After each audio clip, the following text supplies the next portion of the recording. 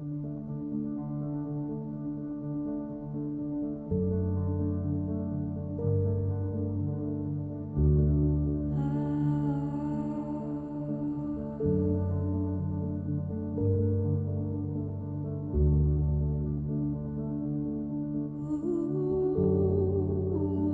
listeners, and welcome to episode 18 of Push2 A Plat Level Cap, the only show interested in raising your level and our own.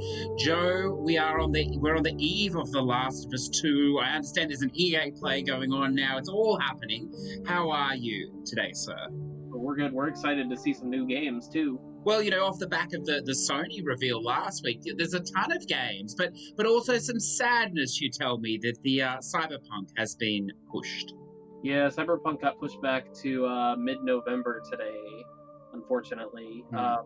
Not really. I mean, it's going to get kind of steep on the wallet with 2 new consoles and that coming out.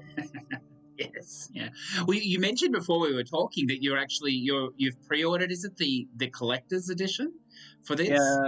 Yeah, I have the $250 collector's edition pre-ordered, and on top of it, I'm gonna get a new Xbox Series X, which is gonna be probably pretty pricey, at least $400, probably $500. So yeah. It's gonna be a tough month on the wallet, isn't it? I'm sort of hoping that there's no dates, yet, but I'm really hoping it's not a situation of the new Xbox comes out one week and then the following week it's the new PlayStation, because that's going to be a hard expense to hide, I think, Joe. One after the other. yeah, November is always rough. Yeah. Oh, the only saving grace is, I don't know if you found that, but there's been a real slowdown. I don't think I've bought anything this week. It's Last of Us week, I suppose. So everything's getting out of the way. But the last 2 weeks or so it's a bit void of anything massive. So at least we're getting a little relief, I suppose, at the moment. Yeah, the last games I bought, physically, were those 4 that I got when I got when GameStop did the buy 2 get 1 free on new games, which they never do. So I got Saints Row, Maneater, and Persona 5 Royale. I think those were the last 2 games I bought.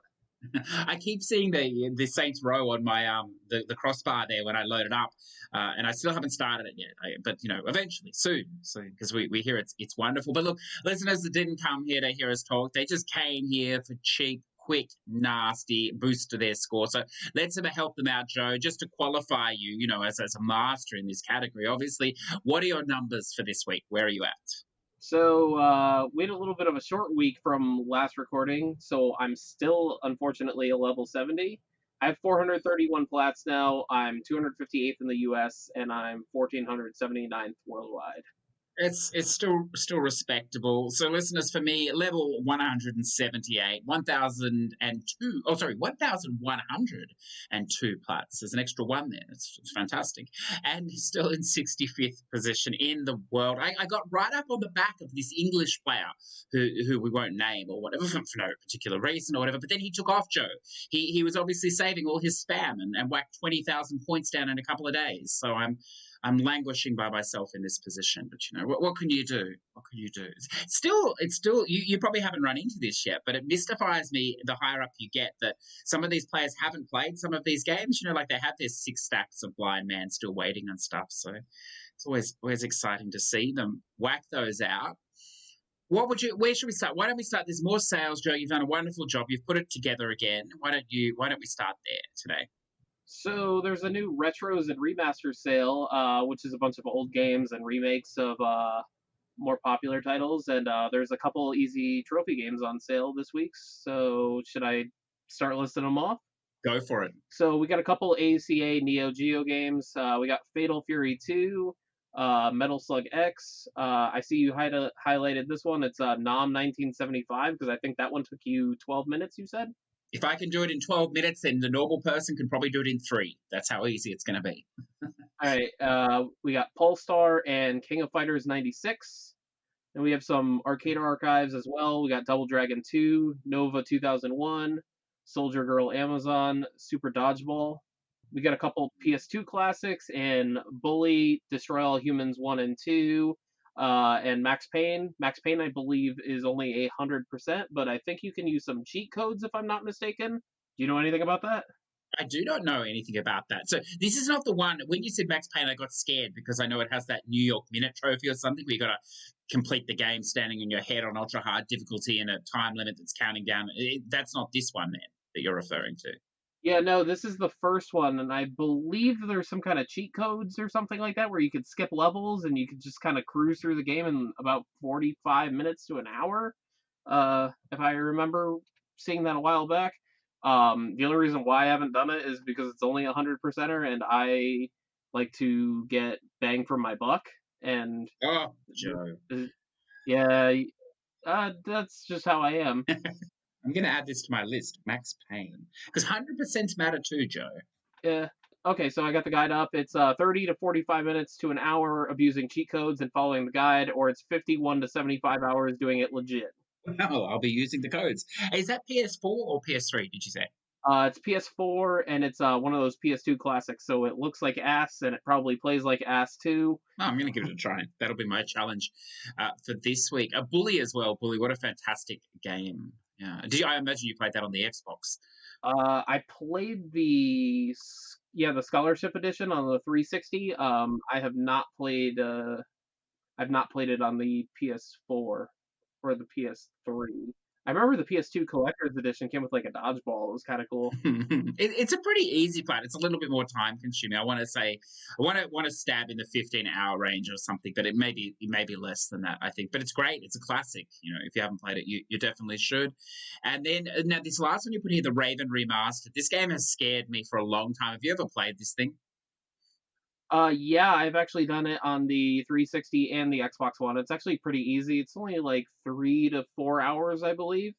Yeah. Something too crazy. You've got to follow a guide It's closely, though. super slow. Yes.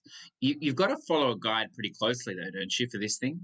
I believe so. Yeah. I remember I bought the remastered one when it first came out, and I think I did it like the first day or two. I remember doing it in a day though, so it's not that bad. It kind of slogs on. Yeah, I think it is one of those games. But look, that's okay. I mean, last week was brutal on the wallet with the sales. I know the Ratalaika sales, and I think they're still carrying on this week. So if you haven't overdosed in short spam listeners, now would be the time to do it. But a little bit of class in this week's sale here, Joe. That's great to see with the retros and remaster sale on the US store. Perfect. Well, Joe, Yeah, hmm, some different stuff too this week, which yes. is nice. It is nice, isn't it? It is, yeah. Because I think the Days of Play sale is wrapping up, or it's probably actually wrapped up now as of time of recording the other day as well. So it's nice to have something different to pursue on the catalogue. I always enjoy it. So, Joe, why don't we move to games this week? I'm eagerly anticipating this first game that you're going to talk about because ever since you mentioned it off air last week, I've been I have a desire to play it. I watched a little YouTube and I want to hear about it and what you thought of it. So I'll throw to you on it. Yeah, so I was gonna play this like use it for my like one a day achievement streak that I've been using, but I kind of just like ripped through it all on my day off this week. So it's Stone, which is actually only on Xbox, and I pulled up the description from, I believe, Xbox Wire, and Stone is described as an LGBT stoner noir. It's a single player, third person interactive story where a hungover koala detective wakes to find his lover Alex has been kidnapped. What is an LGBT stoner noir? What that is fantastic. Yeah, it's definitely a mouthful, and the game was okay. It's not great, but it has its like funny moments where like Stone is just absolutely just like demolished.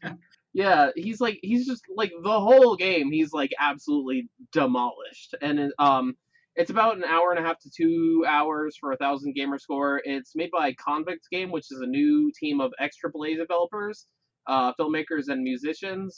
They've worked on games like Control and Quantum Break, and they've worked on films like Gravity and Prometheus. Mm, So there is some good stock then. yeah, there is some good projects that they've worked on in the works. Um, Yeah. Unfortunately, those projects don't really reflect what this are because those are definitely much better than what this is. But this was definitely a different experience, and I'm always happy to see something like that. This was also a passion project by the team as well. So This is fantastic. So how does it play now? I didn't look at a guide, but is it the sort of game, are there missables? What do you have to watch out for with the achievements here? it's kind of just like a walking sim or whatever. You just kind of like walk around and like interact with different people, and you're looking for Alex the whole time. I won't spoil what happened to Alex, but yeah, and there's only two missable achievements, I believe. They're both pretty easy to get. One, the first choice in the game, you have to pick to like basically good cop or bad cop when you're doing your investigating. So you pick, I think it's soft touch or hard ass, I believe were the choices. Mhm. And it's just like you pick left bumper or right bumper to make the choice selection, and you just go back. It has a chapter select, so you go back and you play the chapter again, and you can get the achievement really easy. It only takes a couple minutes after you beat the game. There's also one for going in the disco club or like the nightclub, and it has to have a certain song playing, and you have to like dance to it. But sometimes when you go in there, it's not playing, and sometimes you do, and it is, and you'll just walk in there and it'll pop. It might not pop during your playthrough, but you can just like enter, leave until it comes on. Perfect, perfect. So this is a stone. It's good to see some Xbox love, and this is a game that I'm particularly looking forward to. You've definitely sold me on it there. So that is wonderful. Look, listeners, I'm going to throw out a bit of a deep cut here. So I was looking for something different, and I stumbled upon this Brothers. CRUZ from DCF Studios. So part of the reason I took a gamble on this game is that it's only $5 on the US store, I think $7.50 on the Australian store. So it's very, very cheap. It's a hugely ambitious game. I mean, for the price, the amount of content in this game is quite impressive. It also comes with what is in effect a year 2 pass, which includes DLC trophies. So that's all included in the $4 US or $7.50 Australian. So I did say it's ambitious. If you like comic book style, narrative and artwork, you're going to like this game, or at least the story side of this game. It's a hand drawn 2D fighting game. So for the trophies, there's a lot of modes in this game, Joe. You don't need to touch, and online modes as well. But for the trophies, the majority of them are based in the story mode. There are 13 chapters, 12 chapters. The final chapters unlocked. 27 fights across them. Now, each of them have these fully voiced, comic book style cutscenes as you take these brothers through from the beginning of their fighting career to the end. It's actually pretty good, Joe. I was sort of shocked. Unfortunately, the fighting is not so good at all. There's a ton of moves, all of which are not required. You can just mash the triangle button if you like, and it will win every fight. You won't lose any. I mean, if you did lose for some reason, you can replay it as well. And they also have a super move. So basically, you mash your triangle, and then you use your super move, and it finishes the guy off. Now, if you're gonna watch the story and let it play out, you're probably looking at around 3 to 4 hours, but it does have a skip. So if you just skip every fight, you could easily do the full story in less than an hour without a problem and without any difficulty. The rest of the trophies for the plat come in the championships. So there's 8 championships with around 8 fights each. So there's no story here. So this in a way, I think this would probably be the longest part of the game if you're skipping. The only premise here is that you can use the same strategy. It works fine. You just need to be a little careful, because if you lose one of the rounds or one of the fights in the 8, you go back to the beginning again. Now, you could use save manipulate here, upload and download your save or USB save if you're having real trouble. But look, I'm basically finished. I've used the same strategy, and it hasn't been a problem at all. As far as the DLC, that will probably take you all of 10 minutes to knock out. It's just a matter of going to the Brawl mode. It's called Brawl mode, and playing with just the set characters that it suggests. And then there's 2 hidden characters. The game doesn't tell you how to do it, but you just go on, what have we got here? The Marcus Luz character, and you push the square. That will unlock the Ryan Johnson character. And on the Faust character, if you push square and then load the match, it'll unlock the Cavero character. The only other trophy then, which again it doesn't explain, is the credits, but that's found off the options menu. But what you can do is, if you're playing the story mode and you're watching it, or even if you're not, don't skip the final cutscenes. There's 2 sets of cutscenes, a white screen at the end. If you watch it, that'll unlock the credits. So I think if you're skipping, this plat could probably be done in 3 hours. If you're watching, I'd say around 6 hours. Definitely no more than 8 hours. Yes, the fighting is the worst part of this game, but if you can, get around that, it's actually a great pickup. And Joe, for $5, I think it's probably the best value I've seen on the store, and that's not on sale. That's just the regular price. What do you have for us next, Joe? You definitely got me on that one for that $5 Oh, price tag it's too. I might buy totally that. worth looking at. Yeah, yeah. Even if you don't go for the plat, but easy as well. So my next one I actually played the other day for probably the fourth or fifth time across platform. I have no idea how many times I've played it, but it's Dying Reborn. Mhm. Excellent. Yes. It's ultra cheap. There's a bajillion. Yeah, there's a bajillion and 7 stacks of this game. There's only 2 on the Xbox One. It's got a China version. If you can manage to get your hands on a copy of that.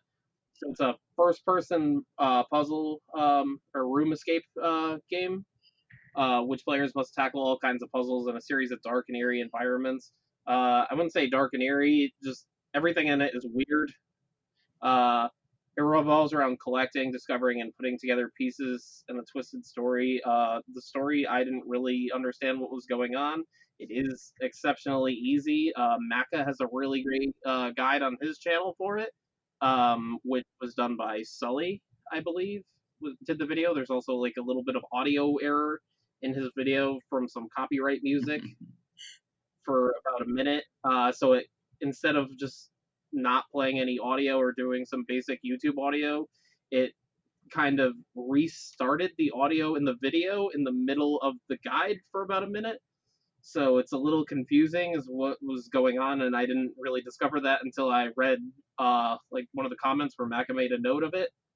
It's about 45 minutes to an hour and 15 minutes, depending on Yeah. if you know what you're doing or not. Also, the loading screens in this game are atrocious. Yeah. Between the chapters. Yeah.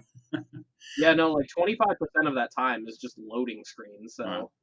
So It reminds me a lot of that Albedo game. I mean, I know it's different subject matter or whatever, but it's got that same sort of feel to it, a high level jankiness. It's definitely worth. It's like a poor man's Saw, I think, in a way. So it's definitely worth yeah, playing once. But I mean, if you played it once, it's easy to I stack really it. like those. I Yeah, like those songs. yeah, A yeah. lot of people don't. But No, well, I mean, if you like those, I think you'd like this. I mean, it's a much more similar experience, a smaller experience. One of the things I love about this game is I think 3 of the 4 stacks, and in the bar you have to. It's not a spoiler, listeners, if you haven't played it. You have to get a note off the ceiling fan, and I never knew that you had to turn the ceiling fan on because I always managed to go up the stairs and get the right angle and just pick the note off it. But the 4th stack, I just couldn't do it, and because I'd never used a guide there, I didn't know, and I didn't realize there was a whole section of opening the bathroom and turning the fan on, and it would blow onto the floor. So the game is a little bit glitchy as well, but glitchy in your favor, I think. But perhaps they've patched that now. It's a good pickup. the first time I played the game, I did it that really like sketchy way that you're talking about, and then now Mm, it's so much easier with just turning the fan on. Because of course, yeah, I remember playing the Xbox One version and getting like pretty aggravated about not being able to like hit that right angle because it's yeah, very picky about where you're standing. yeah. Yeah, I just never realized that was even an option, but that's cool. And of course, there is a VR cut down version of that game, I believe, with only 3 of the chapters, but that's only for 100%. As well, so you can really overdose on that. And then, look, listeners, I've only got a short, quick one for you this week. This is the Jigsaw Abundance by my favorite developer, Joe, Playstick Interactive. What can you say about them? Really, the NA stack obviously out months ago. So 20 unique puzzles. You can do the 4x4 puzzles, 30 to 40 minutes. It's not that. I mean, we were talking before, Joe. It's fine, but the controls are dreadful. But I mean, we've come to expect, jankiness from this studio, so they didn't disappoint. But an easy plat, and it's only a couple of dollars. And then, Joe, I believe you have one more for us. Yeah, so I was talking about in the Discord the other day about looking for someone to boost it with, and I believe Afraid of the Fall you responded, but our times just didn't line up. But it's Conan Exiles, which is a survival video game developed and published by Funcom. It's on PS4 and Xbox One. The PS4 has a stack with the Japan version, um, and it's pretty quick and easy. You could do the whole game in about under 2 hours. It takes advantage of console commands like other games like Ark and Subnautica, where you could just transport your self and to like certain areas of the game that you have to travel and level yourself up and max out all your stats with ease by just making yourself the admin and giving yourself all the superpowers. That's right. It's such a shame this game didn't have an achievement or a trophy for the size of the appendage, because that was the most interesting part about this game, was that you could choose the size of your character at the start. That was fantastic. Although I think that was patched, at least on the PS4 later on. But what a wonderful game! And also it was available the EU on PS Plus months and months ago. So, Joe, that brings us then to the Ratter Platter of the Week. Now, I'm interested to see what you thought of this. Radio Squid, developed by Pixel Teriyaki. The story of a young squid that has been cursed. Look, I didn't actually. There's a lot of story at the start of this, isn't there, for a Ratter like a port? What did you make of it all? I the gameplay mechanics are like really like weird, like with the bullets and stuff like that. Mm, I only played a little bit of it. yeah. I think I'm like 63% through it or something, like the trophy list. I got to the first boss and I died, and I ran out of coins to respawn. So, and then it brings you back to the first level in that series of levels, and I'm like, I will do this later because that was my attitude. Because I definitely tried to take a nap before recording this. Yeah, look, I don't blame you. So, as typical with the Ratalaika trophy list listeners, you only need to do the first three worlds, I suppose. You will call that liberally. There are 24 different levels, but you're not required to do them all. Each of the worlds, if you wish to call it that, is divided into four levels. The fourth level has a boss fight, but there is a little bit of a precursor to it. The mechanics never change throughout the game, so you do improve with it. The trophies are based around collecting coins. At one point, you need to hold 50 coins. When you die or when you respawn, it takes coins. It seems like the more coins you have, the more it takes. You need a minimum, I think, of around 10 coins to respawn, 9 to 10. So, as Joe alluded to, you can keep respawning in the boss fights, but when you get below that number, you can't. So, a couple of tips for this game: it does play in green as the default pixel art. If that's a problem for you, you can go into the menu and change the color. It will all be pixelated still, obviously in that one color. So that's something to think about. The game, I sort of skimmed through the beginning, so I didn't understand you could change your shot's direction by pushing the X button. So that does help. My biggest tip probably would be that in the four levels, as Joe alluded to, if you die, you do have to go back to the start of that world. But you get these bombs, Joe, and if you're shooting around the screen and you use a bomb, it turns all the bullets, either yours or the enemies, into coins. So when you reach these bosses, particularly the first and second boss, this is an effective strategy. If you're worried about you're having difficulty beating the boss or whatever, save your bombs until there's a lot of bullets on the screen, and you can actually turn them into coins but not use them, respawn. So if you have 20 coins, respawn for 14 or 15, then quickly go and pick up those coins and keep killing the boss. That'll give you another respawn in effect. You can do that a couple of times. Unfortunately, on the third boss, that doesn't work because he doesn't shoot, but you can still manipulate it with your own bullets if you so wish. You do need to finish the first three worlds for the three boss trophy. You can't continually kill the first boss. But look, I agree, Joe. I didn't enjoy this, but having said that, it's less than an hour plat, so have at it as you will for PS4 only. Will you go back and finish it, Joe? Yeah, I mean, I'll definitely go back and finish it. It's just something I need to get used to and probably be more attentive to it Mm. because I was definitely kind of just like I saw 30 minutes and I'm like, oh, this shit's gonna be easy or whatever, and it's like, oh no, I kind of need to learn how it plays. Uh, That first boss kind of took me by surprise too. I thought it would be a little bit easier than it was, and it was not. yeah, I think you're right. I don't think it's hard. I think the controls are just weird and janky in that it just takes ages to figure out how to use them. But I Yeah, think the shooting mechanics are kind of challenging too, or whatever. How they like bounce off the walls and then they go through the walls and then come out the other side. That Yes. kind of throws you off too, because if that wasn't a thing, I feel like this game would be really, really easy. Very much so. And I think the more you play of it, the more you realize. But if you start to manipulate your bombs to get coins on the screen, but not actually use them, because there's no point holding 40 coins because it's probably going to cost you 35 to respawn. So you're much better to blast and get a lot of coins on the screen, but not pick them up. And then when you respawn, pick them up. So once you start to exploit the game in that fashion, it becomes a lot easier. I think it's one of these games that, yeah, it'll probably take you an hour the first time, but then the next 3 or 4 times you'll do in like 20 or 30 minutes on one run easily. But at this time, for some reason, the American stack is not out yet at the time of recording. So hopefully tomorrow or the next week we'll Only one of those games that I got to play back to back to back to back, just so I don't forget the mechanics. Yeah, I definitely recommend that. Maybe I'll wait for all the stacks to come out before I go back to it. Yeah, I definitely recommend that because I think you'll find that it will get a lot quicker as it goes. So that, Joe, it's short, it's sharp, it's quick today. It brings us to the only question that really matters: what we're going to waste our money on this week. Look, I think we already know, but please voice it. Well, I'm getting some Funko Pops tomorrow, but the last. The Last of Us, yes, yeah, it's fantastic. So look, we're not going to go into it, other than it looks, Joe, like it's going to be a very easy trophy list and an easy platinum. Yeah, I saw PowerPix put up a guide, and it's about 2 to a 3 out of 10 difficulty in 25 to 30 hours. Perfect. So this could be a good milestone play for everyone. It sounds manageable. Yeah, it's good to see Ratalaika's influencing the AAA trophy lists as well. And of course, I know you're anticipating the SpongeBob, but that's not till next week, is it? Yeah, I think that's next Tuesday. I got a message earlier this week from the owner of Noff site, trophy site, Mick, saying that he had his review copy and I think he's gone on to platinum it, and he said I can tell you a little bit about it if you like. And I said, oh well, don't break embargo. And he said, well, I can tell you that SpongeBob is still yellow. And that's all he told me, Joe.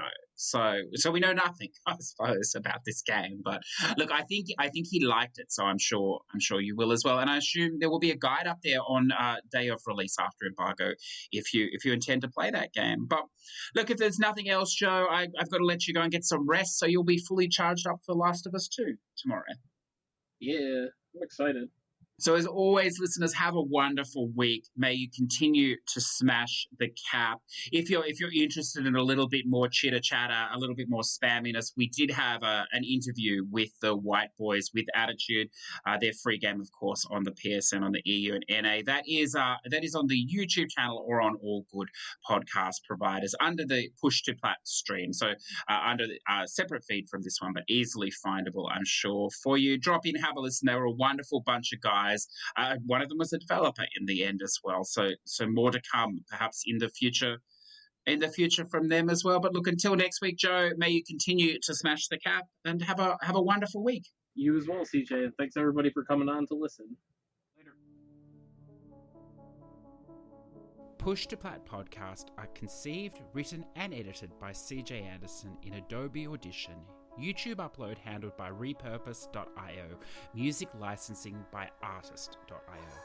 Push2 A Plat would like to thank our Patreon producers Zador VP, Redbeard Rick, T-Bird, Olsero, and Ready to eBag. Without your support, this show would cease to exist. If you would like to say hi, jump into the Discord in the show notes or on Twitter at Push2 A Plat.